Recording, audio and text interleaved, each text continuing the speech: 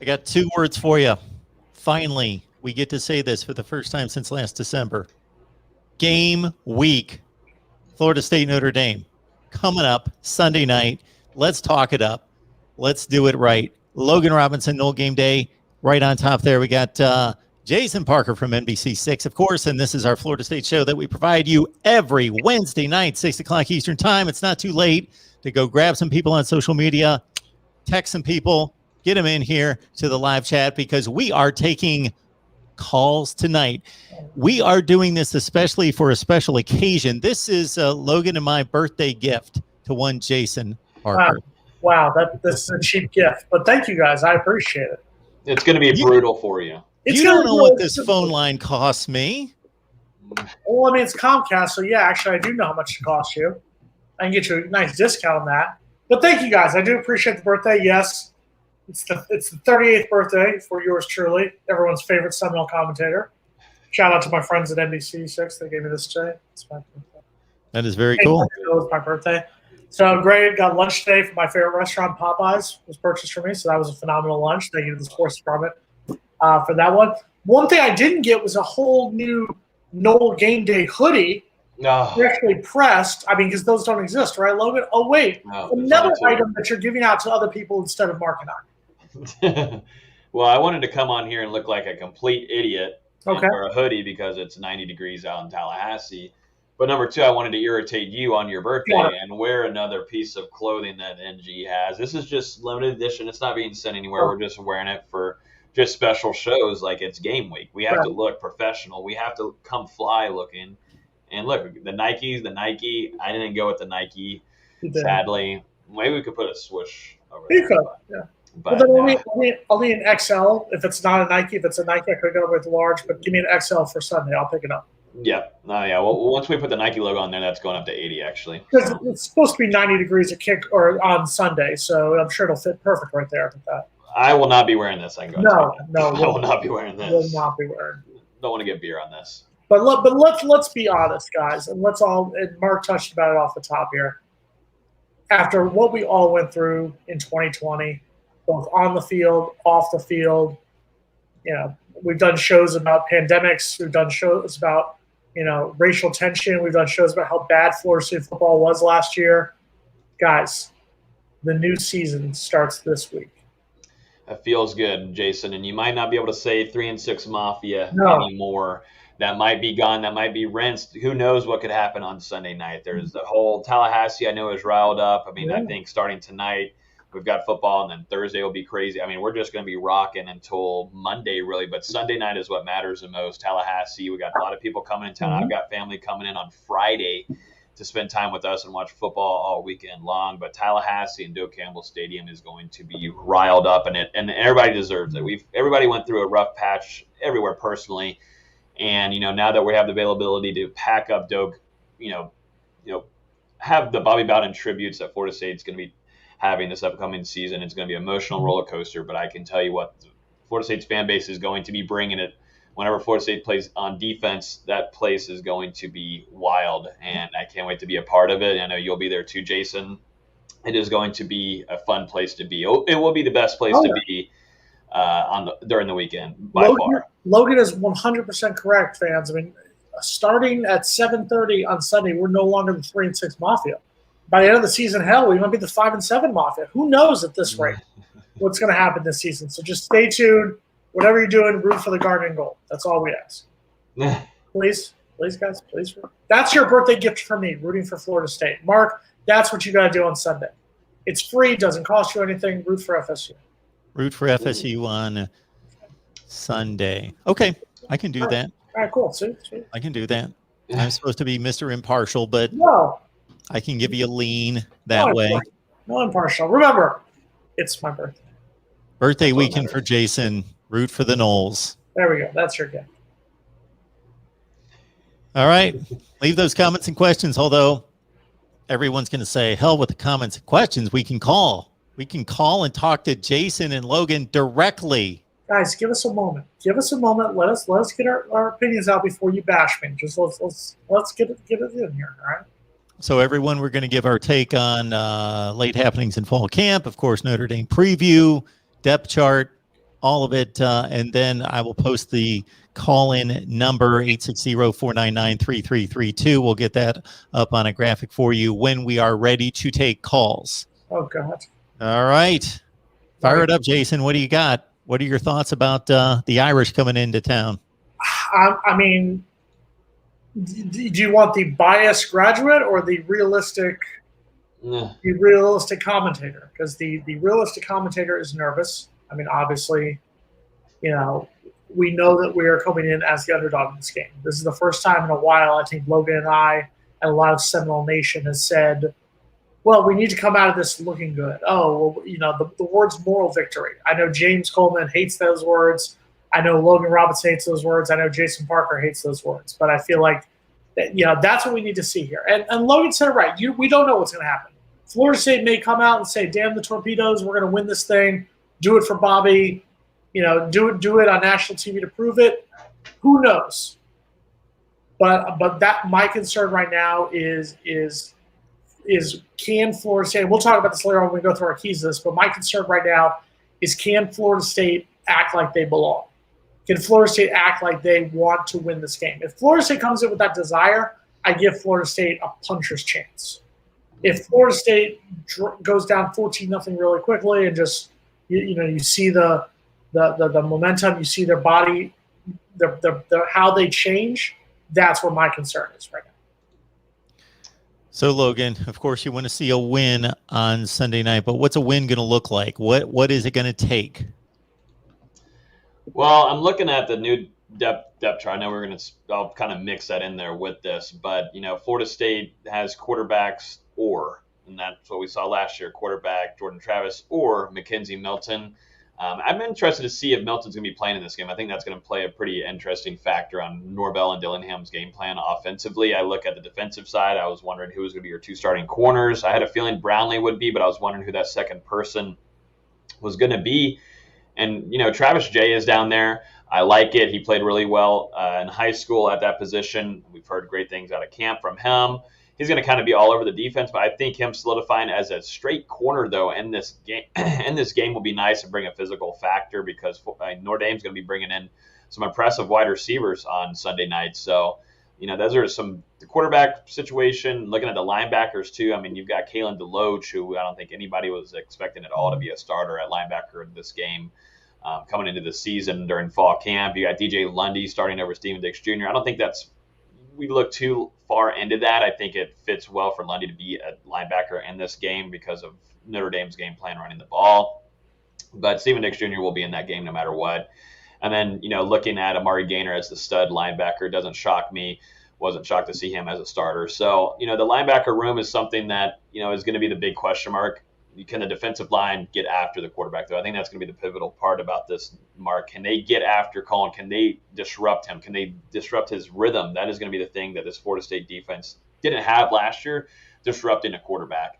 They have to have it in this game. Florida State will have the factor of Doak being loud. It's going to have that energy, but they've got to be able to play. Jermaine Johnson, you came here, you left Georgia. It's time. You wanted to figure out your playing time. You want to get to the league. That's your main goal. Show it. This is where you show the scouts. This is where you show everybody you're here ready to rock, and you want to be a first, second, third round talent. And the only way to do that is going to be starting against on Sunday night, and that goes along with Keir Thomas too. I mean, he's coming in. He doesn't have that kind of not as much time as. Or he has more time than Jermaine Johnson, but Keir Thomas has to send it too. He's got to be a guy that, those two have got to play a big time factor in getting after the quarterback and being a big pass rush heavy on Sunday night. Logan, first of all, let's welcome everyone's favorite fullback from the Florida State football family, number 36 in your programs, number 1 in your hearts, big game James Coleman joining us from the 904. James, how you doing? What's going on, guys? How y'all doing? We officially have a show tonight now. We're rolling now. We're on. It's my birthday. It's Notre Dame preview. We do it big. Jameis said if you're going to do it big, we do it big then. Yeah. And now Jameis is going to be in Jacksonville. Are you going to go over, Logan? Logan, make your decision now. Are you going to go over for the opener? Depends on how much money the tickets are, but I would kill and I'm definitely trying to be there. Most certainly. I can't tweet all this kind of stuff and not actually be there and back up my chatting on there. So I think I need to be there. That's mandatory, but it really depends on this paycheck, to be honest. James, looking at the depth chart that was released heading up into the Notre Dame game, obviously the quarterback position, we don't know yet. It's the or position. We're going to wait until half hour before kickoff when it's announced inside the Bobby field. But look at the running back position. What interests me is that you've got both Deshaun Corbin as the quote-unquote starting running back and then Lawrence Toafili as the starting tailback. Where do you see, what do you think was Norvell and Dillingham's mindset in putting them both, essentially saying, both of you guys, both of you thoroughbreds are going to be in the backfield, in the starting backfield? Well, Toafili, or however you say his name, he's really not a running back. I think he's the guy's with the Washington football team right now. The running back that he had from Memphis. Toafili is actually is the way the game is going. He's a slot wide receiver that does a really, really good job at running the ball as well. He's in space. He's not a guy that you want to give 20 to 30 carries if you need. He's a guy that if you have 10 carries scripted for him in the game, a perfect world would be 5 runs, 5 passes. Whereas Corbin and the other guys are really built to be able to carry the load and aren't your change of pace type of backs. And I think that's what people have to really see. That he just gives you an opportunity to throw a defense off. So when you put those 2 running backs in the game, you've got to set your defense based upon that, and they've got you in a situation. But they're interchangeable. You could put another slot wide receiver there and still be able to run your entire playbook. So I just think that's just the base formation for what Mike wants to do is a 12 type personnel. So you're 1 tight end and you're 2 back. Logan, on the defensive side of the ball, when you look at that depth chart, you talked a little bit about the defensive backs. We talked about on the defensive line up front, you've got Keir Thomas, the Miami native who transferred from South Carolina. You talked about Jermaine Johnson, transferred from Georgia. Both them are in the starting lineup on the defense. What got me is at linebacker, you've got Amari Gaynor, the stud, your former high school teammate in there. Kalen DeLoach, we talked about him a little bit. But DJ Lundy, talk about DJ Lundy at that third linebacker position. Does that surprise you that he got the nod over Steven Dix Jr.?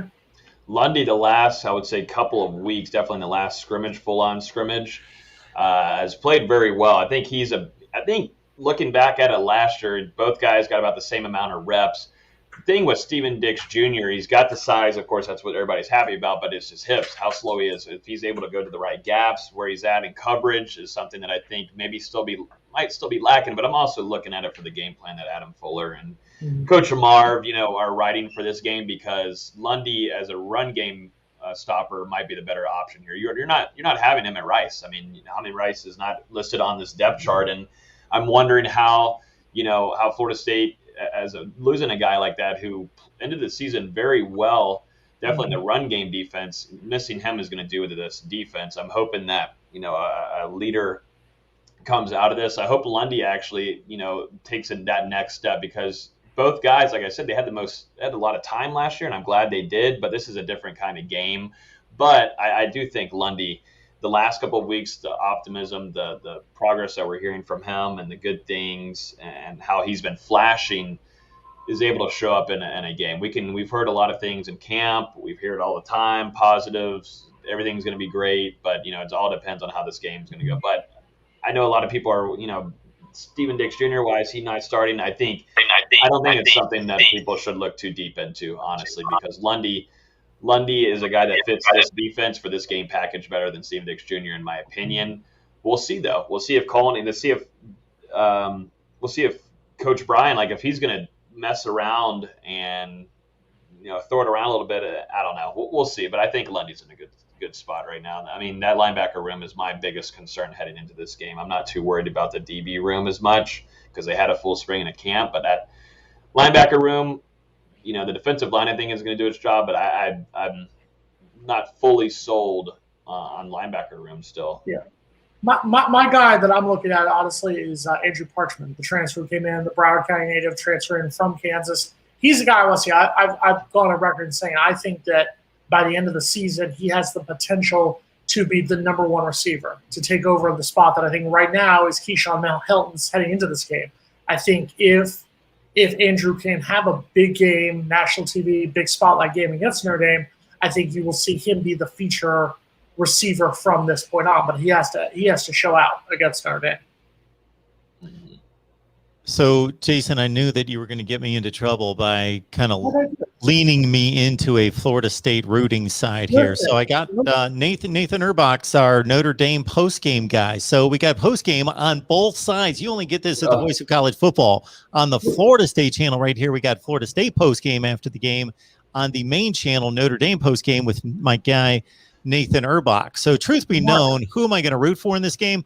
I'm going to root for whichever side I make the against the spread prediction on. The prediction record's always important.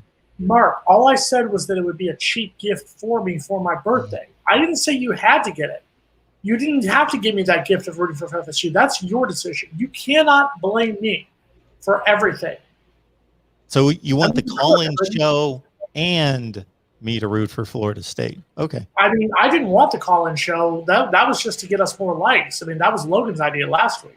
James, we're taking calls tonight. James, help me. James, help me. We'll take some calls. All right. My Anything bad. else on the depth chart? What, I'm interested in Kalen DeLoach. I'm interested in Kalen. Is like a little brother to me. His dad is Rob is amazing people, amazing family. You know, all you heard about all year, and Amari Gaynor is another young man who I got. Obviously, Logan went to school with him, but I've gotten a chance to know him as he's an official fifth quarter athlete for Florida State right now. You know, I thought he was going inside. But to put him on the edge is ingenious. If you watch his high school highlight film, basically that's what you see him doing is creating pressure, strips, especially on the backside with the quarterback getting strip sacks for a team.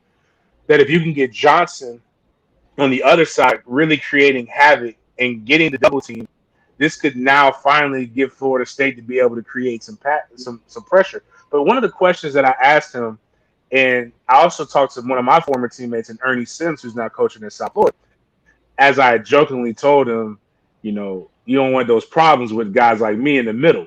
When I told Ernie's an all-time great linebacker at Florida State. But it's a whole different world when you're on the inside. And the way the depth chart looks, it looks like Kalen is on the inside and a walk-on linebacker from Godby High School who was Cortez Andrews, I believe is his name, who was highly recruited out of high school, but wanted to play safety, is there, and he's got Amari Gaynor about 20 pounds. But obviously they want that guy to have a little bit of speed, and I'm assuming that the other linebacker is going to be the one who's going to probably try to put their head in, try to let them be the one to all bust up things. But it's just different inside that box, and Kalen is extremely fast, great first step, really twitchy, but he's also probably at least 15 pounds, probably 20 pounds too small to be in there. So I'm interested to see how that works. For both of you guys, we'll start with Logan, then we'll go to James. What is your key, if you want to give a key on defense or offense or a general key of the game, what is your key for Florida State in this game? Logan, offensively or just pick one offensive defense? Offensive defense, if you want, it's your call. But what are your keys, I guess, to Florida State? Key number one is just playing smart. Don't cause any kind of stupid penalties. I think Florida State heading into the second year under Norvell, that will be helped a lot. I'm not going to say anything more, but just not making any kind of silly mistakes would be nice. That's going to help Florida State a whole ton. Number two, defensively, pass rush, you're going to have to get after Colin and disrupt his rhythm. If he gets into rhythm, that's his problem. He's not a phenomenal quarterback by any means, but he can throw the ball. He has experience. Even if he's going into a doke like this, which is going to be something new for him. It's new for any quarterback coming into a primetime doke game. You've got to disrupt them. You got to mess with them. You've got to send pass rush with Jermaine Johnson. You got to be able to get Gaynor off there where he's taking a one-on-one kind of situation, use his speed and his athleticism to get around and get to him. And that kind of pivots to the second part of going to the second tier, which is that linebacker, making the linebacker's job a little bit easier. And I hope, I'm wondering too, if I don't know. I mean, DeLoach has had experience, he's played in a few games, but I'm wondering if experience is going to play a factor for that linebacker room. And I'm interested to see how that's going to work. And then offensively, it's going to have to be really, connecting, I think, for, not really mainly the offensive line, but for Jordan Travis and how he's connecting with his wide receivers. We've heard really, really good things about him and him improving as a passer, but we got to see it in the game. We've heard really good things about him. There hasn't been a lot of takeaways. I just want to see if that chemistry is able to get him down the field as a passer, because I think Notre Dame's really they have a game plan after they saw him last year. They didn't have much on him last year to work with, but now they have a full year to look at film, and I feel like they've got a game plan set up for him. So I think, if it is where they're going to be able to contain him, he's going to have to throw the ball, and I'm interested to see if that improvement that we keep hearing is going to happen for number 13. James, what are your keys to the game for Florida State? I'll go on defense first. It's simple. Well, the key overall is you've got to win 2/3 of the game. And I mean, you have offense, defense, and special teams. So you got to be able to dominate one of those. It's either you got to dominate one and then win the other. Defensively, what it comes down to is how are you going to pressure the quarterback? Again, a guy who is very conservative from what it is, and how are you going to stop the run? Everything is talked about with the defensive line on getting pressure and getting sacks, but Notre Dame has a really good running back, and that's the guy that you really have to key in on and create turnovers early.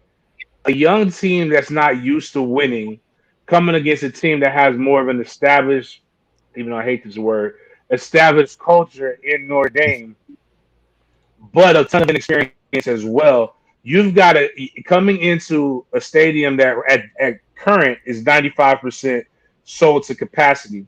I think we're doing an SEC style tailgate where everything is open at noon, so it's gonna be raucous, and it's a tough environment, and nobody's used to this. Like even FSU players can't go in. The only thing that I'm hoping is on the Friday night where the legacy walk is that some of us old heads can kind of give them an understanding of what it's like to play in front of a packed dope. So that's an advantage. It's national TV, prime time. Everybody's watching. Millions of people are watching you. It's not a spring game where where your mom and your uncles are there, and it's basically kindergarten graduation. This is the real deal. So FSU has a lot of things that are playing into their favor, and you've got a young secondary that's kind of let people go back to what they do naturally. And Akeem Dent playing safety, and then Travis J playing corner and being able to be strong and athletic. So really, those are the things that we're going to have to see on the defensive side. We've heard from the. Go ahead. Sorry, James. Offensively, it really just comes down to Jordan Travis, and how good of a passer he's improved on. And I've said it since January, and this has nothing to do with a dislike of Mackenzie Milton, and more of, from what I'm understanding from the coaching staff, a love of what they actually saw from Jordan Travis when he was healthy. He's had a full off season. He's healthy now.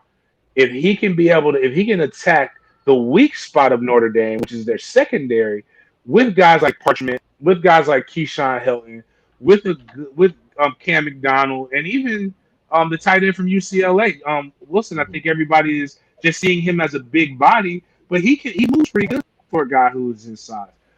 What can they do creatively in the passing game to be able to attack a coordinator who's coming from G5 level, albeit a damn good coordinator? What can they do to attack this coordinator and put him on his edge with FSU, or as Mike Norvell has said, in his entirety, having a staff completely together for a year for the first time in his career? Yeah, and James, you missed out one real quick, Jason. You missed out one, James, and that's alcohol will be allowed to the fans to bring into the stands. Yeah. So that will amp it up. That's gonna. Wait a minute, we can bring it in. You can bring it. So you used to only could have had it in the stands, so they had it blocked up. Not in the stands, but you only got to have it under the where you got it. Yeah, now you can bring it to the stands. Oh, I got you. So for those of you who sit in section 32, where Logan will be, please make sure he's near the aisle so that he can stumble down. Logan, I got 3 concession stands. I got 3 concession stands this game. I'm going to tell you which one to go to. I'll make sure you treat it right. Just buy from my guys. Don't buy from the other ones. I need you to buy from my guys. I just need a Milo. I need to grab a good amount of. I'll have a water bottle, but I do need a few. I heard they're having all kinds of different goodies at these. Logan's going to be. I will text you. Logan's going to be drunk before the Orange Blossom Classic kicks off at 2 p.m. Let's call him. If he comes to my tailgate, he might be. I always like to come by before I go into the stadium. I always like to come by for a couple shots or maybe 2 or 3. On the offensive side of the ball, my biggest key is I want to see how Corbin. I want to see how Toafili. I want to see how the tight ends play because Notre Dame is now down like James talked about a little bit. The secondary is their weakest link, I guess, on the defensive side of the ball. You'll say. They're now down a linebacker for this game. It's attacking that middle of the field. I don't care if Jordan Travis or Mackenzie Milton doesn't throw for 300 yards. Little dink and dunk passes, dink and dunk runs, just get first downs. That's what I want to see on the offensive side of the ball. On defense, I need to see, and I talked about a little bit earlier, the not quit attitude. I was inside that stadium, down in Hard Rock Stadium, when they let Miami jump out to a big league and they just quit. And we lost 52-10. I was inside Bobby Bowden Field when we played. Our defense played like gangbusters against North Carolina, played like they cared, and they won that game, upset the number 5 team in the country. Last year against Notre Dame, in that first half, they looked like they cared, and they stayed in it. Second half, you have that first touchdown, it's like, all right, we're done here. That's the way it comes across. I think Florida State has the talent to compete with Notre Dame. Florida State has the talent to be in this game, to possibly win this game. But James said 2/3 is what you need. Florida State needs to win 2/3 of the game in order to win this game period, to have a shot to win this game. And now we've gotten some great takes from the experts here. I'm going to boil it down to very simplistic football for me. So we've got the great insight here.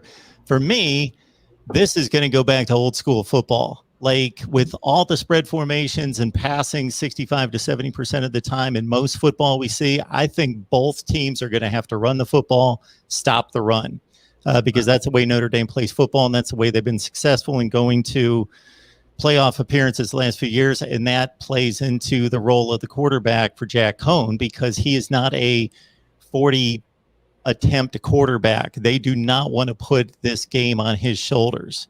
They want to put him in great situations where he can throw the ball on 3rd and 4, throw it on 2nd and short to surprise the defense, do those sorts of things. I don't think he's going to be fazed by the atmosphere. I think the atmosphere could be very intimidating for most players, but this guy's played at huge games at Wisconsin. He's played at Big Ten championship games, Rose Bowls. He's played in front of larger crowds. This might be the biggest night game he's played in. But I don't expect him to be fazed by it, but that doesn't make him a great player. He's a decent quarterback. He's not a great quarterback, and they cannot have him throwing the ball too much. So Florida State stops the run, and on the other side, if Jordan Travis is not a significantly better passing quarterback than what he was last year, then Notre Dame just needs to load up on the run. So I see this as a running game on both sides of the ball, at least early in the game. All right, now let's put up a shut-up time, boys. It's prediction time. James Coleman, you played at Notre Dame in 2003 when we won 37-0. That was a beautiful game. I was in the stands, maybe partially intoxicated. I want your prediction. Does Florida State come out with the upset, or does Florida State lose to Notre Dame for a 3rd straight time? I'm going to say that they lose. But it's a much improved game, and I'm saying that with the understanding that anything could happen. I don't believe that they're going to get blown out. I believe if they come in and everything, the stuff that between what I saw in the 3 days that I actively got a chance to really watch full practices, and I guess the things that I've covered, I've seen, and I've gotten a chance to hear about. They're a much improved team. I just think Notre Dame traditionally and at the same time is much better in the trenches from just a Jimmy's and Joe's standpoint. So, and that's where you win football games, is in the trenches.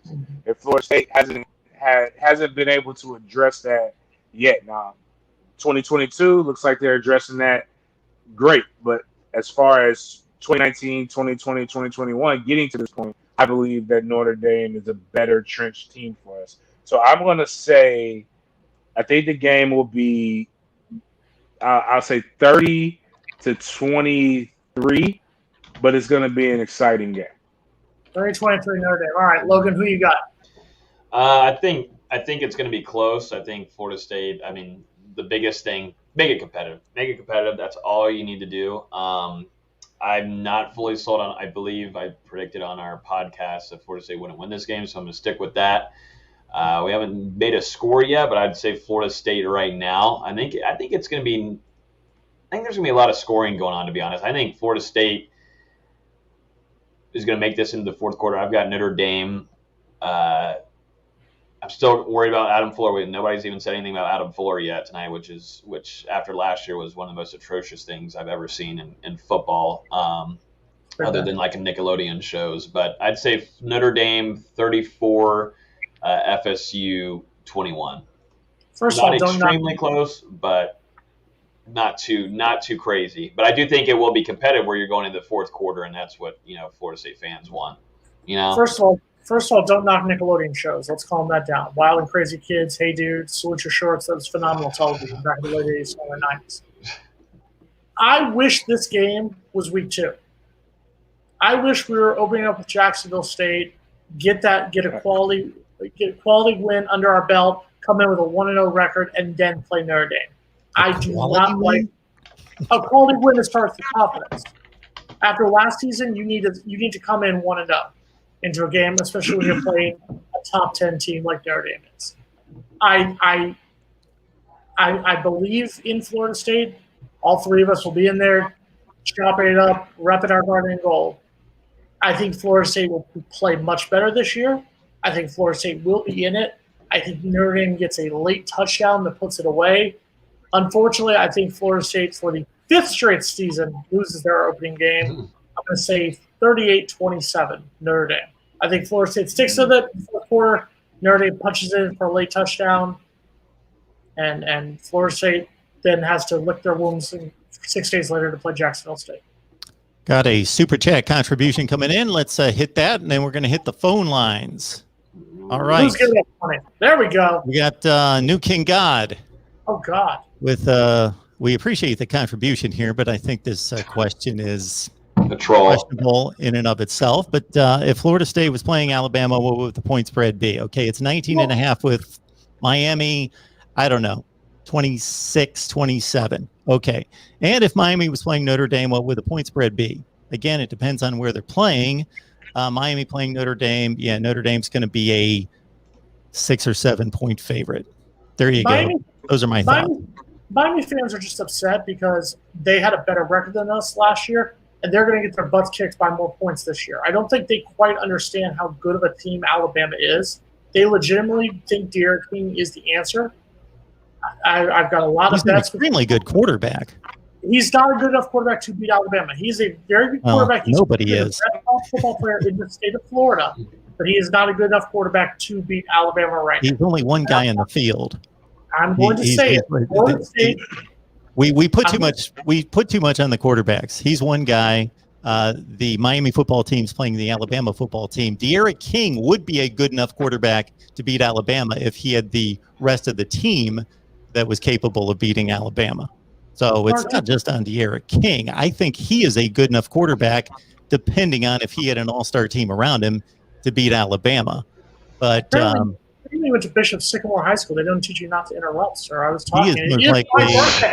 He is most likely, obviously, the most experienced quarterback in the field. I think it speaks volumes that Nick Saban, even before spring practice, named Bryce Young as the starting quarterback. I just think that says volumes that he's got full confidence that he, even with like 20 passes in his career, is ready to roll. All right, let's move on to the Logan, let me know when he's done. Let's move on to the. Can I finish my sentence, Mark, or are you yes? done? Finish your sentence after I mute you for a while. I'm going to mute him for a minute, just because. I can unmute myself, Mark. Mute him on his birthday. No. This is the 1 hour the entire week on any of my channels in which I have somebody who tries to take over the show, and I usually let him for a while. Okay, so we're just going to put him in timeout for a minute. Uh-oh. And is there anything else we need to hit on? Notre Dame, Florida State, you two. We good? We're going to hit some calls? I think we're golden. I think so. All right, we'll let Jason back in. I'm going to set up the phone lines. There we go. Birthday. That's my birthday present. You're an absolute rude host, Mark. I'm just going to let you know that right now. Florida State loses to Notre Dame by less than Miami loses to Alabama. That's all I was going to say, Mr. Interrupter. The interrupter of college football, Mark Rogers. Yes. All right. The biggest joke is that someone paid $5 to put that on there. That's the biggest joke. The biggest joke is that one person I work with bet me $100 straight up that Miami's going to beat Alabama. I will take all that money. By the way, if you have a gambling problem, call 1-800-ADMIT-IT. Admit it. It will just take me a second to set up the phone lines. Oh, I Thank think you And for then calling hopefully this Cullen works. Studios host and call screener line. Please While enter we're- your while show we're- or meeting number and While we're waiting, Logan, why don't you tell the viewers what they need to do? enter your 6-digit PIN number. hit the like button. Hit the like button. That's all I gotta say. Hit the like button. 9,700 people on here and only 35 likes. What are we doing? It's game. I liked it. Yeah, I liked it too. I didn't like it. Oh, I could 30. go like it from my other. Oh, man. Not enough likes to keep up the call-in show as a trend here. Dang. Mark, are you able to like your own cast, Mark? Yeah. I think so, yeah. That's kind of I don't Take know. it. Like it, man. Come on. Okay. Phone lines are open, folks. The phone number's on the ticker down below at the bottom. Oh, please call us. We need something. So people ask for this all the time. Here Yeah. you go. You've got your shot. Yeah, we got the shot. We're here. Can they see it down below? Oh, yeah, we got the new King God. 860-499-3332. Be We're kind, working. guys. In the meantime, somebody brought up defensive coordinators, and somebody did ask the question, who's got the better of the two defensive coordinators? I know which vote I would go on that one. Which vote would you go with, Mark? I think Marcus Freeman's got a pretty good track record. I agree. I'm looking up and doing my homework. Logan, you're the one who said that saying you're afraid of the Adam Fuller. What's Right now I'll give it to. Right now I'll give it to. Yeah, no, I don't trust Adam Fuller enough yet. And I understand there's a spring.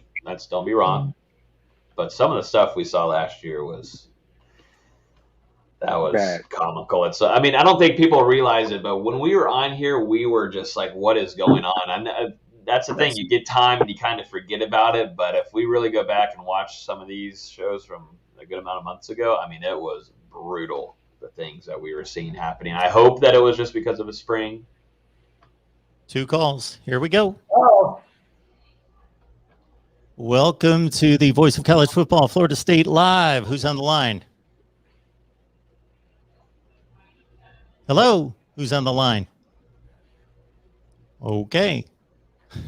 That didn't last. They're gone. so one On to call. number 2. Hello, who's on the line? Hey, Mark, this is D-Rock Irish. D-Rock Irish. Oh, we got a Notre Dame caller starting us out. D-Rock, what's going on, man? Well, I figured somebody better make a call, and I've been watching your shows, and I've been watching the FSU shows weekly, too. So you guys always intrigue me. So I've got a couple of questions about this upcoming game. First of all, starting quarterback for FSU, it hasn't been named. Gentlemen, do you think that Milton or Travis Jordan, either one of them, it could be a 2-quarterback platoon system in this game, or don't you think that might happen? James, Logan, Jason, take it around the horn. I don't think so. I think we're going to find out when they announce about a half hour before kickoff. I don't think that Norvell and Dillingham are that desperate. I mean, it's the old stereotype. If you have 2 quarterbacks, you don't have one. So I don't think – I think they're going to make a decision this week. I think they'll know probably by Friday, and then they'll just hold off and let us know then. But I I'm going to say it like this, and Logan's going to hold this against me forever. I'm starting to come around to the fact that it could seriously be Jordan Travis starting the game. I'm starting. If they haven't named Mackenzie Milton by this point, I'm starting to think that Jordan Travis really has a fighting chance to start. I think it's been named since like last week internally. I think they've got their game plan set for everything. Milton may show a few series maybe just to kind of mess with their new defensive coordinator, but I still think it's a Jordan Travis show moving forward right now. Just too many strides being made. I think it's one. If it didn't get named in the spring, that's when you kind of got an idea. It's been Jordan Travis. So I mean, I'm gonna go with that. Jordan has gotten a lot better. Here's the thing where people outthink themselves, and this is called deductive reasoning. If you took high level math when you were in high school, just name a time when you've ever seen a starting quarterback take less reps the closer you get to the season. It tells you everything you need to know. I mean, it's not a bad thing. It's just, and there's been a lot of rumors, and I don't know what the reason or rationale was, but I do think, if nothing else, your quarterback room is way stronger than it's been in the last few years. Mackenzie Milton does give you something to where he can give you a spark. He is a gamer. But I do think, I think more so what Logan said, it's not going to be like they're alternating every series because you won't get any kind of rhythm that way. But I do believe you'll see some times where they do put Mackenzie Milton in, and the only way he starts is if Jordan Travis gets banged up. It has to get pulled. Sammy Miami honoring Jason on his birthday here. Thank you so much for that. Appreciate that. I'm sure Jason does as well. So that means next year you're going to get a $39 donation. We're already thinking about Hey, next Mark? year. Yes, D-Rock. Anything else? Hey, I didn't hear the responses. It might be from my end, but I'll go back and I'll take a look at the responses later on. I'll view it later on. I guess one other thing here is, and just more of a comment, I've been going across the boards, along with Notre Dame and stuff. They've got a great deal of respect for Florida, and they've got to bring their A game. Anything less than that is not going to be acceptable, number one. And number two, we could end up being on the losing side. So despite all the talk that you hear out there that Notre Dame's going to win by 41 points or 30 points or whatever, and I've been a Notre Dame fan since the early 1970s. That's how old I am. I really think that this is going to be a close game. And if it comes down to a fourth quarter game, it just plays in the favor for FSU. So we have to establish that running game along with an effective passing game. And my concern only with Cone is the fact that he's played in big games, but he's been out for an entire year with that injury from Wisconsin. But when I did see him play at Wisconsin, he was a very effective and great game management player. So I appreciate it. I don't want to tie up the phone lines. You might have some other fans calling in. So appreciate everything, guys, and I'll continue to listen to your show. Win, lose, or whatever happens on Sunday. Go Irish. Thank you so much, D-Rock. Appreciate that call. And good points on Jack Cohn. Yeah, he hasn't played football since January of the previous season because he missed, got hurt before Wisconsin's first game and gave up the starting job to Graham Mertz. Welcome to the Voice of College Football, FSU Live. Who's on the line? What's going on, y'all? It's Jordan Bowman from the comment section. Jordan, what's going on, man? Hey, D-Rock mentioned that he wasn't able to hear the panel. When I was on hold, it kind of sounded the same. It was kind of, like muddled. I don't know what that's about. But I had a question about, Florida State's front seven. I know that last year the biggest issue was, not being able to get a consistent pass rush. I know that Jermaine Johnson has, he's had a great camp and all of that. Do you guys think that this is any different than, last season? At this time last season, we were hearing reports that Chango and Robinson were having great camps, and they really didn't have the kind of season that that people expected. So do you think that Jermaine Johnson is as good as advertised, and do you think he'll be an instant impact player? James, you want that one real quick? Hey, sorry about this, Mark. I guess on the edit for the kid, if you got kids, cover their ears. I said this at the Manatee Seminole Club. I said this to John Papa Duck, however you say coach's last name. JP, Jermaine Johnson's a motherfucker. I would tell you that much. Like, as a guy who has to block people, like, that guy is frustrating from what I saw those 3 days of practice. And I can't really give it to you any other way besides that, like, so that you can understand the havoc that he does cause. Now, granted, it was to an offensive line that went 3-6, so I really don't know. But I can tell you this: we've seen Kano and we've seen J-Rob for however many years. I think I'm starting to believe they played when I was there. They took so many injury red shirts. You saw potential, and we wanted them to be good. Like, we really, like, Kano kept getting hurt, and he's such a great, smart guy. Our fans, what happens when you start losing a little bit? You fall in love with good guys. Good guys don't play football like that. Like, good guys, football is played by some guys who are a little bad, a little off. But I think he's as athletic, more physical. I also think what you're going to notice is, outside of the switch to Amari to being kind of more outside in their base package, them being an oddish front, is you're going to see kids like Farmer, who impressed me as well, how big and explosive he is. I don't know if he'll play, but Turner from St. Aug, like, just the fact that he's like 250-ish right now, he's like in good weight. Like, there are guys on that team who are small, who do not look like they belong. But there are guys who do fit the part, that do belong. And they got some freshmen that do fit the part, that they don't have any film on. And the crazy thing about people don't remember about freshmen is that they're stupid. They don't know any better.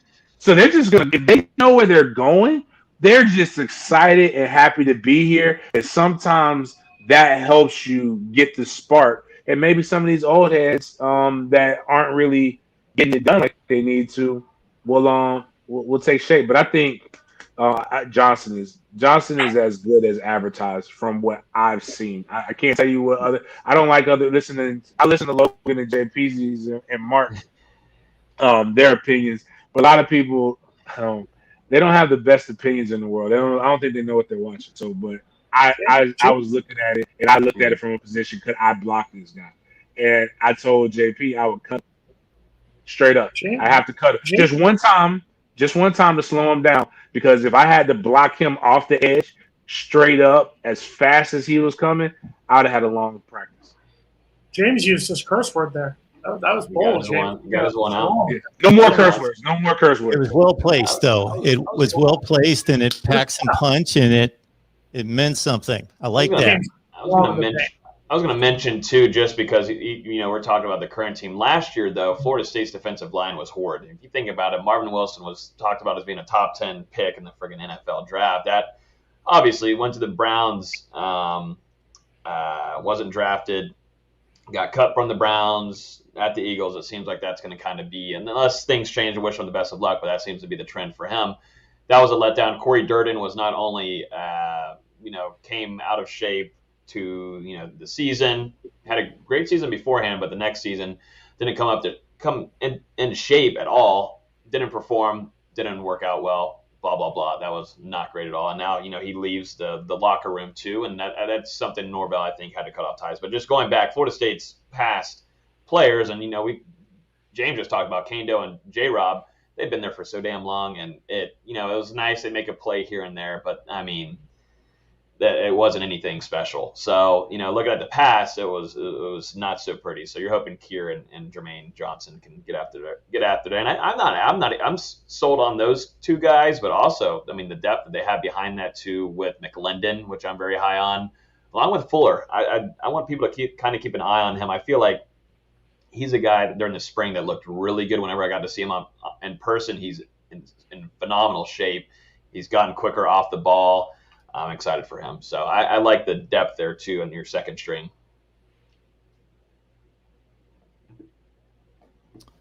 All right. Any other calls coming in?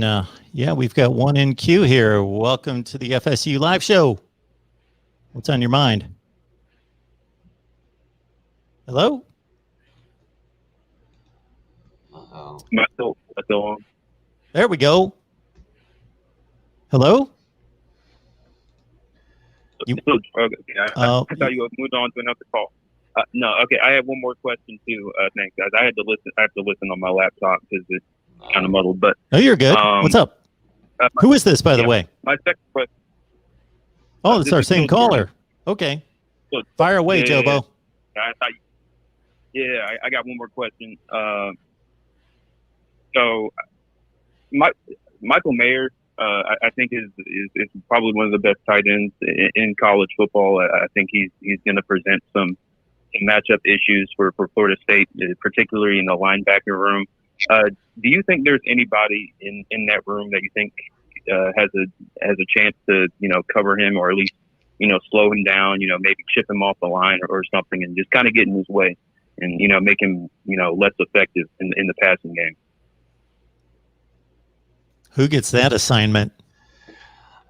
I'd argue Emmett Rice, but I mean that's was my biggest concerns. I think this was going to be Rice's coming out party, and the fact that he's still injured, still dealing with the injury he suffered in the spring, that's my concern. So that's why when I asked Logan earlier about DJ Lundy, I'm not fully sold yet that Lundy and Deloach are fully the answer yet. I hope Steven Dix, we talked about earlier, I'd love to see Steven Dix in the lineup more. I'd love to see him get some more reps. So that's going to be my question: is how long does Steven Dix stay at that second string? I think it's going to be just right off the bat with what we've been hearing through practice and such. I think it will be Deloach, if not a little bit of Gainer too. I don't want really Lundy in coverage. He's not that linebacker in my opinion, unless he's really trimmed off. And he didn't look terrible in that. But you, as a coverage guy, you want to have that can stick hip to hip. Gainer, he's still hips-wise, he's still a lengthy guy. I'm not so sure, and you got to be physical. And Gainer will be that, but he's still not the biggest cat that can thud the talented tight end. I think it will be a Deloach kind of factor, and maybe that's what the game plan that Marv and Adam Fuller are putting together for this game is having Deloach in there to because he's doing well with that against Cam McDonald / Jordan Wilson in practices. I would say right now though, most likely Deloach. I don't see Steven Dix Jr. just going in there for packages against the tight end. I don't see that happening, and he just wasn't great at that. That was one of his faults last year for Steven Dix Jr. was in coverage. He just didn't kind of know where to go, but hips too slow. I think James has a better, he's played the game. He knows how that works, but his hips just could not cover. He just was getting beat on a lot of things. That's a true freshman. It's so hard to do that on a friggin' pandemic year. I understand that, but it seems like, going into this game, Florida State has that package set for run game and, that Notre Dame tight end. And I think that was a good point that the caller brought up here. All right. Unfortunately, we've got two people on the line, but we will have to cut it short right there. We have come up against time. So thanks for calling. Maybe we'll do a call-in show again at some point. That was fun. Had some good calls. So, Jason, see? No harm, no foul. No trash talking. Very respectable questions from everyone. Not going to lie. There was a concern there, especially after we all picked Notre Dame. I had a deep concern there. Good stuff. So I got to go. If you guys want to end it or talk for a few more minutes, keep it going. And I got to jump off. So anything more? I think we covered it all, guys. Fans, if you're headed there to Tallahassee, be safe. Get there early. They're going to honor Bowden. Bring your mask, whatever you need. Be safe. Drink water. It's going to be hot. Tailgate. James. Field Quarter Tailgate, Lot 19, $40. All you can eat, all you can drink. If you like cigars, all you can smoke cigars. I'm sure there'll be other stuff if you like that as well. That's just not coming from me, nor can I market it. All of those proceeds go to my community Mentors for the Kids Foundation, which does my book bag drives and other things. I will also put on at Big Game James _36 the 3 concession stands that Mentors for the Kids will have at the FSU Notre Dame game. I'm not telling you not to buy anything. What I'm telling you to do is to go buy from my concession stand so that it can help my nonprofit. So the beer you want to drink, I need you to drink beer from my guys.